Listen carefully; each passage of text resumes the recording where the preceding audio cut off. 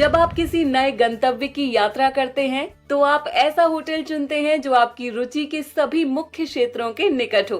आप एक ऐसा स्थान भी चुनते हैं जो मेट्रो या रेल और बस मार्गों से जुड़ा हो।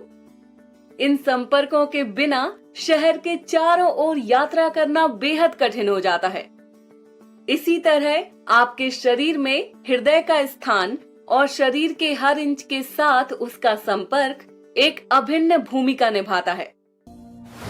मानव शरीर में रुधिर एक परिसंचरण तंत्र के माध्यम से परिवहित होता है जो केंद्रीय पंपिंग अंगों अर्थात हृदय और रुधिर वाहिकाओं से मिलकर बना होता है। इसमें एक बाह्य रेशेदार परत और एक आंतरिक सीरमी परत होती है। हृदय पसली पंजर के अंदर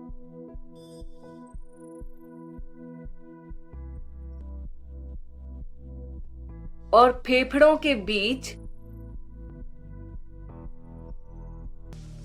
उरोस्थी के पीछे स्थित होता है। ये एक दोहरी भित्ति वाले कोश में परिबद्ध रहता है जिसे परिहृद कहा जाता है। ये दो परतें एक बहुत ही संकीर्ण स्थान होती हैं जिसे परिहृद गुहा कहा जाता है, जो परिहृद तरल से भरी होती हैं। यदि हम हृदय का आंतरिक दृश्य देखें तो हमें दो ऊपरी पतली भित्ति वाले आलिंद और दो निचले मोटी भित्ति वाले निलय दिखाई देते हैं। दाएं और बाएं आलिंद क्रमशः दाएं और बाएं निलय में रुधिर पंप करते हैं। दाएं निलय से एक फुफ्फुसीय धमनी निकलती है जो फेफड़ों में विऑक्सीजनित रुधिर ले जाती है, जबकि बाएं निलय में आरोही महाधमनी होती है जो शरीर के सभी भागों में ऑक्सीजनित रुधिर की आपूर्ति करती है।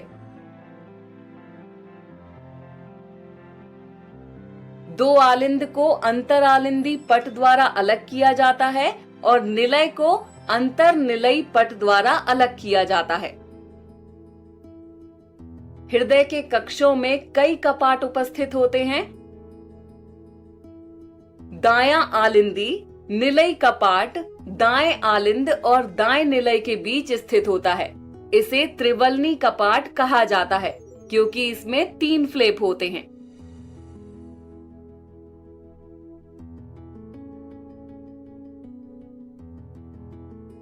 फ्लैप के नुकीले सिरे निलय की ओर प्रक्षेपित होते हैं।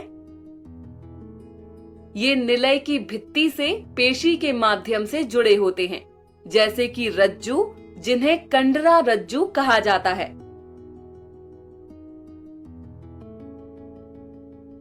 बायां एवी कपाट 2 फ्लैप से बना होता है और इस प्रकार इसे द्विवलनी कपाट कहा जाता है। फुफ्फुसीय धमनी और महाधमनी में अर्धचंद्राकार कपाट होते हैं जो निलय में रुधिर के विपरीत प्रवाह को रोकते हैं। रुधिर वाहिकाएं 3 प्रकार की होती हैं।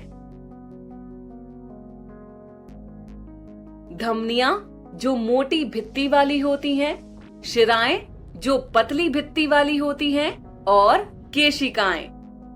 धमनियां रुधिर को हृदय से विभिन्न अंगों तक ले जाती हैं और शिराएं रुधिर को विभिन्न अंगों से हृदय तक ले जाती हैं।